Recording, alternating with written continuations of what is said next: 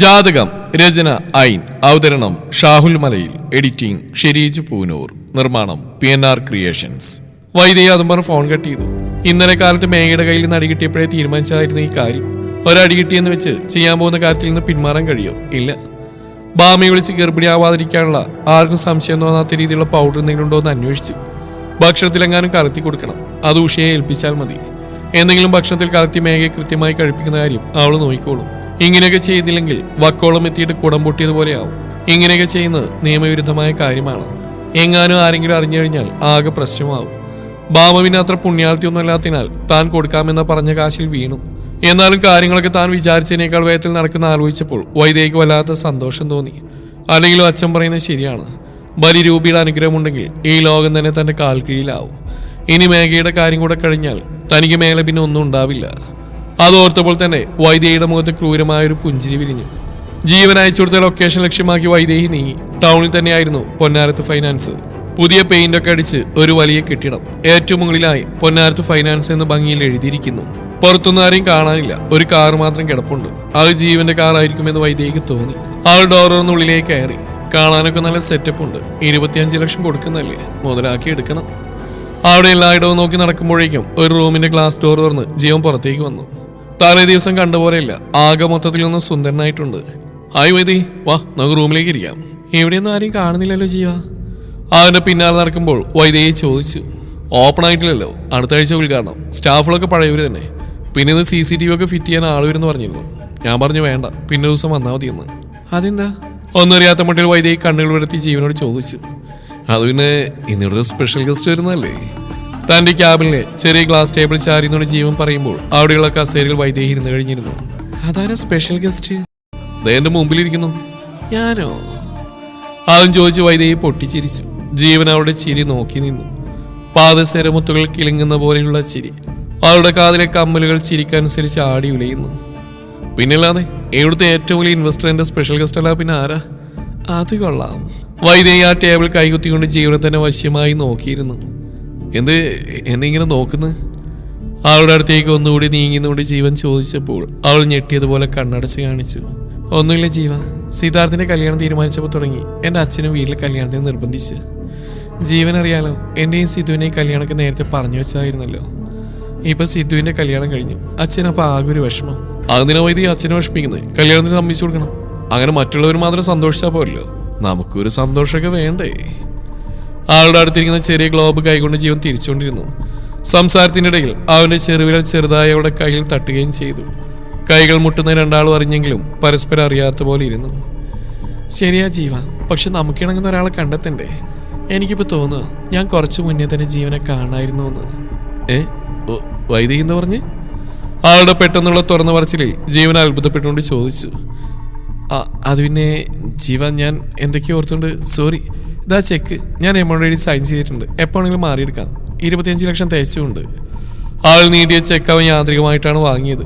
ഒരിക്കൽ കൂടെ അവൾ അങ്ങനെ പറഞ്ഞിരുന്നെങ്കിൽ അതിന്മേൽ പിടിച്ച് കയറാമായിരുന്നു. ശരിയെന്നാ ഞാൻ പോട്ടെ ജീവ. ഇത്ര പെട്ടെന്ന് പോവാണോ? വൈദേഹിയെടുത്ത് കുറച്ച് നേരം സ്പെൻഡ് ചെയ്യാന്ന് കരുതിയാ ഞാനിന്ന് ആ CCTV പയ്യന്മാരോട് വരണ്ടെന്ന് പറഞ്ഞു പോലും. ജീവന്റെ മുഖത്ത് നിരാശപ്പെടുന്ന കണ്ടപ്പോൾ വൈദേഹി ഉള്ളിൽ ചിരിച്ചു. വീണിട്ടുണ്ട്, ചെറുക്കൻ മൂക്കും കുത്തി വീണിട്ടുണ്ട്. പക്ഷെ ഇതുപോലെ തന്റെ കാൽ കീഴിൽ വീഴണം, അടിമയാവണം, പറയുന്നില്ല അതുപോലെ ചെയ്യണം. അതിന് കുറച്ചുകൂടെ ക്ഷമയോടെ കാര്യങ്ങൾ നീക്കണം. ഇനി ഇതുപോലെ കാണാനുള്ള സാഹചര്യങ്ങൾ ഉണ്ടാക്കണം. കുറച്ചു നേരം സ്പെൻഡ് ചെയ്യുന്ന എന്തിനാ? വശ്യഭാഗത്തോടെ വൈദേഹി ചോദിച്ചു. അത് പിന്നെ ജീവൻ സ്വയം അറിയാതെ അവളുടെ അടുത്തേക്ക് കുറച്ചുകൂടെ നീങ്ങി. ശ്വാസനിശ്വാസങ്ങൾ ഇടകലരുന്ന അത്രയും അടുത്ത്. ജീവന്റെ ചുണ്ടുകൾ വൈദേഹിയുടെ ചുണ്ടുകളെ ഇപ്പോൾ തൊടുമെന്ന നിലയിലെത്തിയപ്പോൾ അവൾ ആസക്തിയോടെ കണ്ണുകൾ അടച്ച് നിന്നു. പെട്ടെന്ന് അന്തരീക്ഷത്തെ ശബ്ദമുഖരിതമാക്കിക്കൊണ്ട് വൈദേഹിയുടെ ഫോൺ ബെൽ അടിച്ചു. രണ്ടാളൊന്ന് ഞെട്ടി അകന്നു മാറി. വൈദേഹിക്ക് വല്ലാതെ ദേഷ്യം വന്നുപോയി. ആരാണോ ഈ നേരത്തെ തന്നെ വിളിച്ചയാളൊന്ന് പ്രാഗി ഫോൺ എടുത്ത് നോക്കുമ്പോൾ ഭാമയാണ്. ജീവൻ അപ്പോഴേക്കും വൈദേഹിയുടെ മുഖത്തേക്ക് നോക്കാൻ പറ്റാതെ കുറച്ചങ്ങോട്ട് നീങ്ങി നിന്നു. എന്താടി? ജീവൻ കേൾക്കുന്നില്ലെന്ന് ഉറപ്പിൽ പല്ലിയടിച്ചുകൊണ്ട് വൈദേഹി ഭാമയോട് ചോദിച്ചു. എന്താണെന്നോ? അതുള്ള ഞാനിവിടെ നിന്നെയും കാത്തുക്കുക. നീ ഇറങ്ങുവാൻ പറഞ്ഞിട്ട് എത്ര നേരം കഴിഞ്ഞു? ഞാൻ വരാം, നീ ഫോൺ വെച്ചേ. എവിടെ പോയി കിടക്കുവാടി നീ? ഇങ്ങോട്ടേക്ക് വാ. ഒരു ബോംബ് പിടിച്ചടക്കുന്ന പോലെ ഞാൻ നടക്കുന്നത്. എനിക്ക് നിന്റെ കയ്യിൽ ലഭിച്ചു തരാൻ ഒരു മനസ്സമാധാനമില്ല. ഇപ്പോൾ അവളോട് എന്ത് പറഞ്ഞ കാര്യമില്ലെന്ന് വൈദേഹിക്ക് മനസ്സിലായി. നല്ലൊരു അവസരമായിരുന്നു, നാശിപ്പിച്ചെടുത്തു. പറഞ്ഞിട്ട് കാര്യമില്ല, തൻ്റെ കൂടെ ആവശ്യമാണല്ലോ. നീ ഫോൺ വെക്ക്, ഞാനത് വരുവാ. അടക്കി പിടിച്ച സ്വരത്തിൽ വൈദേഹി സംസാരിക്കുന്ന ജീവൻ ശ്രദ്ധിക്കുന്നുണ്ടായിരുന്നു. അവളിവിടേക്കോ പോകാൻ പോവുകയാണെന്ന് അവന് മനസ്സിലായി. വല്ലാത്ത നിരാശയൊപ്പം അവന് തോന്നി. ജീവ, എന്റെ ഫ്രണ്ട് വിളിച്ചാ, അവള് വെയിറ്റിംഗാ. കാണേണ്ട ഒരു അത്യാവശ്യ കാര്യം ഉണ്ടായിരുന്നു. നമുക്ക് പിന്നെ ഒരു ദിവസം കാണാം. ഇപ്പൊ തന്നെ പോകണം നിർബന്ധമാണോ? സ്വാതന്ത്ര്യത്തോടെ അവളെ കൈകൾ പിടിച്ചുകൊണ്ട് ജീവൻ ചോദിച്ചപ്പോൾ വൈദേഹിക്കും അതങ്ങ് ഇഷ്ടപ്പെട്ടു. പോണം ജീവ, ഒരു ദിവസം നമുക്ക് ഉറപ്പായിട്ടും കാണാം. കാണാം. ആർത്തി വെച്ചുകൊണ്ട് ജീവൻ പറഞ്ഞപ്പോൾ വൈദേഹി കുലുങ്ങി ചിരിച്ചു. അവന്റെ കൈകൾ ഒന്നുകൂടെ കവർന്നുകൊണ്ട് വൈദേഹി അവിടെ നിന്ന് ഇറങ്ങി. ആൾ പോകുന്ന നോക്കി ജീവൻ നിന്നു. പെണ്ണുകൊള്ളാം. സൗന്ദര്യത്തിലും സമ്പത്തിലും ആവണിയേക്കാൾ ഒരുപാട് പടി മുന്നിൽ കൂടുതൽ നിൽക്കും. തൻ്റെ അടുത്തേക്ക് ഒരു ചാട്ടമുണ്ട് പെണ്ണിന്. അതുകൊണ്ടല്ലേ ചോദിക്കുന്നതിന് മുമ്പ് തന്നെ 25 ലക്ഷം എടുത്തു തന്നത്. ഒരുപാട് കഷ്ടപ്പെടേണ്ടി വരില്ല. അവളൊന്ന് വളഞ്ഞിട്ടിട്ട് വേണം ഒരു രാജാവിനെ പോലെ ഇനിയുള്ള കാലം ജീവിക്കാൻ. കാര്യങ്ങളൊക്കെ ഒരുവിധം അടുത്തിട്ടിയാ മറ്റവളെ ആ ആവണി എങ്ങനെയും തൻ്റെ ജീവിതത്തിൽ നിന്ന് എടുത്തു കളയണം.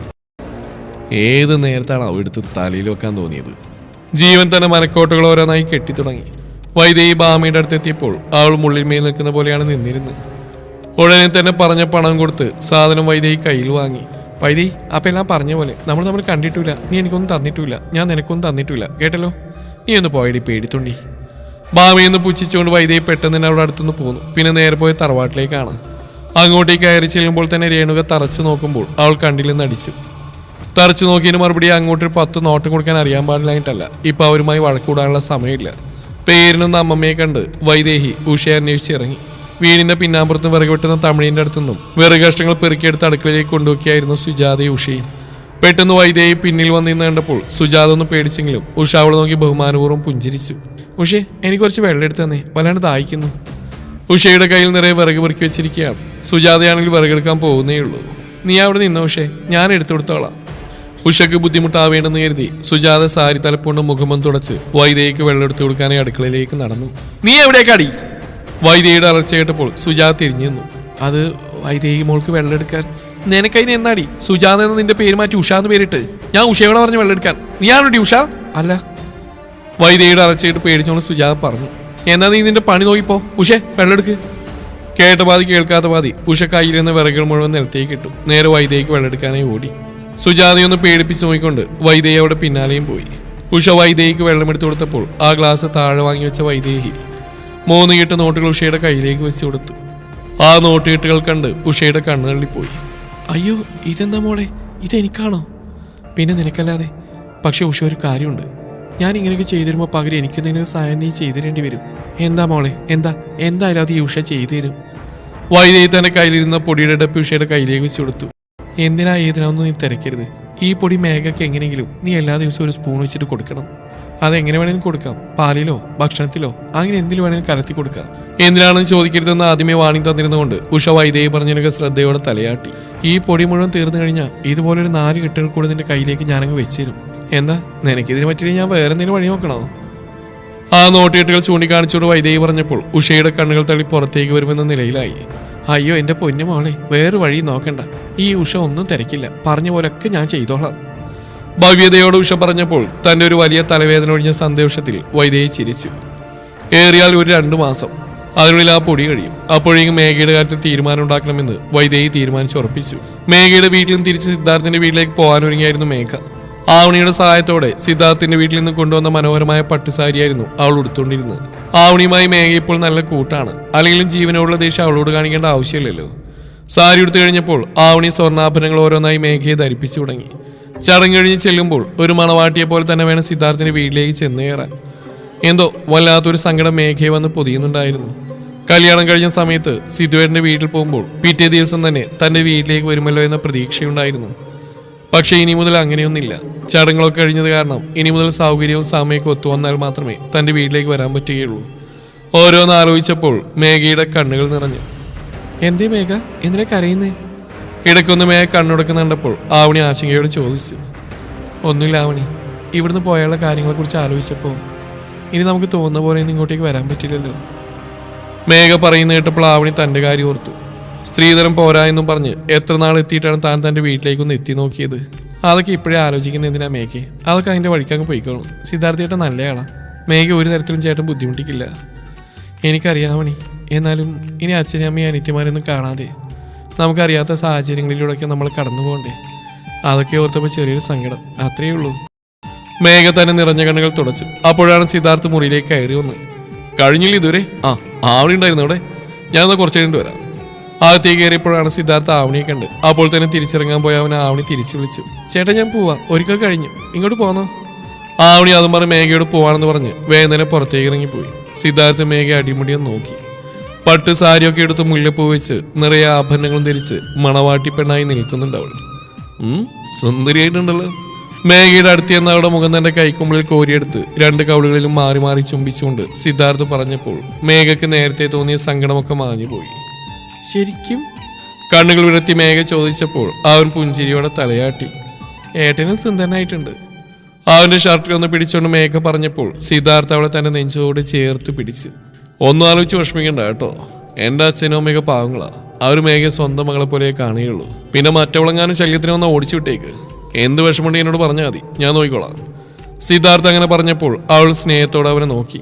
എന്തുകൊണ്ടോ അവളുടെ കണ്ണ് നിറയുകയും ചെയ്തു. പലഹാരങ്ങളും മറ്റുമൊക്കെയായി മേഘയുടെ ബന്ധുക്കളാണ് സിദ്ധാർത്ഥിനെയും മേഘയും വീട്ടിലേക്ക് കൊണ്ട് വിട്ടത്. ബന്ധുക്കൾക്ക് അവിടെയും വിരുന്നുണ്ടായിരുന്നു. വിരുന്ന് സൽക്കാരമൊക്കെ കഴിഞ്ഞ് എല്ലാവരും സന്തോഷത്തോടെയാണ് പിരിഞ്ഞത്. വന്നപ്പോൾ തൊട്ട് മേഘയെ കാര്യമായി സ്കാൻ ചെയ്യുകയായിരുന്നു വൈദേഹി.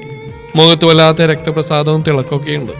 എല്ലാവരോടും ഉത്സാഹത്തോടെ സംസാരിക്കുകയായിരുന്നു അവൾ. വൃത്തിയട്ട ജന്തുക്കൾ, അവളുടെ വീട്ടിൽ പോയിട്ട് ചേ, അധികം നാൾ നിന്റെ ഈ ചിരിയൊന്നും ഉണ്ടാവില്ലടി.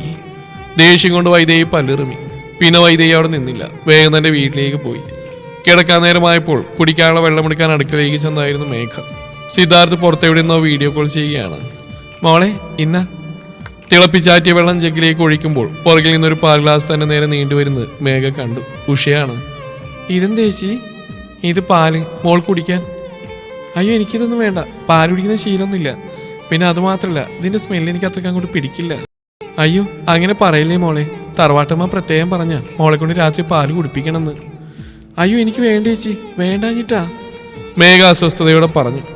ഒരു കാര്യം വേണ്ടാന്ന് പറയുമ്പോൾ പിന്നെയും പിന്നെയും നിർബന്ധിക്കുന്നത് അവൾക്ക് തീരെ ഇഷ്ടമില്ലാത്ത കാര്യമാണ്. ഉഷയാണെങ്കിൽ ആകെ പെട്ടതുപോലെയായി. തന്ന പൊടിയാണെങ്കിൽ അതിലിട്ട് കലക്കിപ്പോയി. വേറെ പൊടിയെടുത്ത് എന്തിലെങ്കിലും ഇട്ടാൽ തന്നെ അവൾ അത് കഴിക്കുമെന്ന് ഉറപ്പുമില്ല. ഇനിയിപ്പോൾ എങ്ങനെ ഇവളെ കൊണ്ട് ഇത് കഴിപ്പിക്കും? നാളെയാണെങ്കിൽ ആ വൈദ്യയെ തിരക്കി വരുമ്പോൾ എന്ത് മറുപടി കൊടുക്കും? തറവാട്ടമ്മ ചോദിക്കുമ്പോൾ എന്ത് പറയുന്ന? കുടിക്കാൻ പറഞ്ഞിട്ട് കുടിച്ചില്ലെങ്കിൽ അനുസരണക്കേടായിട്ട് തോന്നുക എന്തോ. ഉഷയുടെ കൗശലപൂർവ്വമായ ആ വാക്കിൽ മേഘയൊന്ന് പതറി. വന്ന് കയറിയിട്ടേ ഉള്ളൂ. ഈ പാലിന്റെ പേര് പറഞ്ഞ ആർക്കും ഒരു അനിഷ്ടമൊന്നും ഉണ്ടാക്കി വെക്കണ്ട. ചേച്ചി അതെങ്കിൽ തന്നെങ്കിൽ ഞാൻ കുടിച്ചോളാം. ഉഷയുടെ കയ്യിൽ നിന്ന് മേഘ ഗ്ലാസ് വാങ്ങി ഒറ്റയടിക്ക് അത് വലിച്ചു കുടിച്ചു. എന്തോ ഒരു രുചി വ്യത്യാസം പോലെ തോന്നിയെങ്കിലും പാലിനോട് പണ്ടേ വലിയ ഇഷ്ടമില്ലാത്തതിനാൽ മേഘ അത് കാര്യമാക്കി എടുത്തില്ല. ഉഷയ്ക്ക് വളരെ സന്തോഷം തോന്നി. ജഗിൽ വെള്ളമൊക്കെ ഒഴിച്ചു കൊടുത്ത് അവർ മേഘയെ മുറിയിലേക്ക് പറഞ്ഞയച്ചു. ക്വാർട്ടേഴ്സിൽ നിന്നിറങ്ങി വിനീത് പോലീസ് സ്റ്റേഷനിലേക്ക് കയറി ചെന്നു. കയ്യിൽ അപ്പോയിന്റ്മെന്റ് ലെറ്ററുമുണ്ട്. SI ആയതിനു ശേഷമുള്ള ആദ്യത്തെ പോസ്റ്റിംഗ് ഇവിടെയാണ്. മാണിയങ്കര ചെറിയൊരു ഗ്രാമമാണ്. വലിയ പ്രശ്നങ്ങളൊന്നും ഇല്ലാത്ത ഇടം എന്നൊക്കെയാണ് ഈ സ്ഥലത്തെക്കുറിച്ച് അറിയാൻ കഴിഞ്ഞത്. ഇവിടെ വരുന്നതിന് മുമ്പ് തന്നെ അവന് ഈ സ്ഥലത്തെക്കുറിച്ച് അറിയാം. ആവണിയുടെ നാട്, തൻ്റെ ആവണിയുടെ നാട്.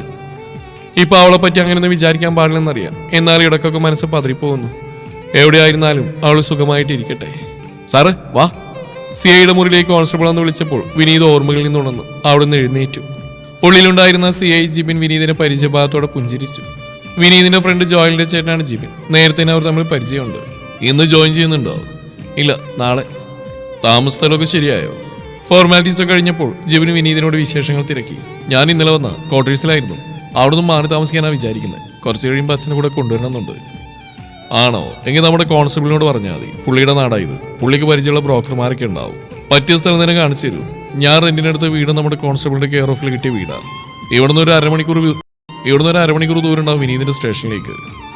ഓ സർ, ഞാൻ അവിടേക്ക് പോയിരുന്നു. ഇന്നലെ ഇങ്ങോട്ടേക്ക് വന്ന്. ശരി സർ, ഞാൻ കോൺസ്റ്റബിളിനോട് ചോദിച്ച് നോക്കിക്കോളാം. കാര്യങ്ങളൊക്കെ കഴിഞ്ഞപ്പോൾ വിനീത് അവിടെ നിന്ന് എഴുന്നേറ്റു. ജിബിന് വിനീതിന്റെ കൂടെ ചെന്നു. കോൺസ്റ്റബിളിനോട് വീടിന്റെ കാര്യം പറഞ്ഞപ്പോൾ അയാൾ അപ്പോൾ തന്നെ ബ്രോക്കറെ വിളിച്ച് കാര്യം പറഞ്ഞു. കുറച്ച് സമയത്തിനകം ഒരു ബ്രോക്കർ വന്നു. അയാളുടെ കൂടെ വിനീത് പോയി. വിനീതിന് പറ്റിയ പോലത്തെ 2-3 വീടുകൾ അയാൾ കാണിച്ചു കൊടുത്തു.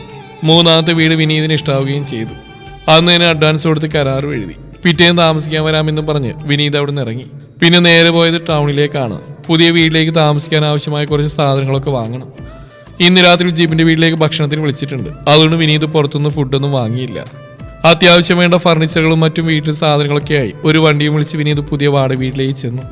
സാധനങ്ങളെല്ലാം പുറത്തിറക്കി വെച്ചതേയുള്ളൂ.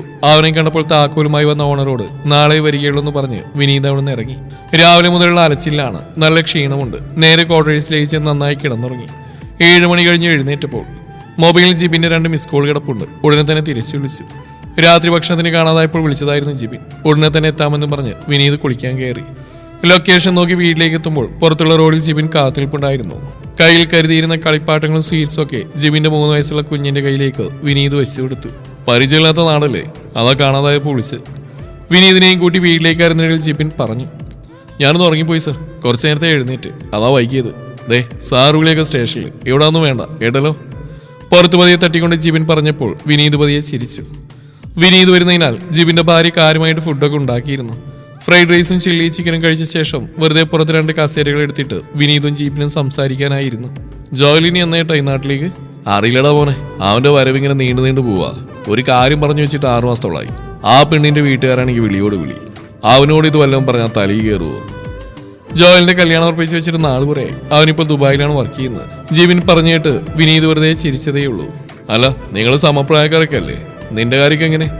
ഇപ്പോഴാണെങ്കിൽ ഒരു ജോലിയായി, വീട്ടിലാണെങ്കിൽ അച്ഛൻ തനിച്ചു. നിനക്കിനി ഒരു കൂട്ടിൻ്റെയൊക്കെ സമയമായി വിനീതേ. തുടരും ഈ കഥയുടെ ബാക്കി ഭാഗം നാളെ ഇതേ സമയം.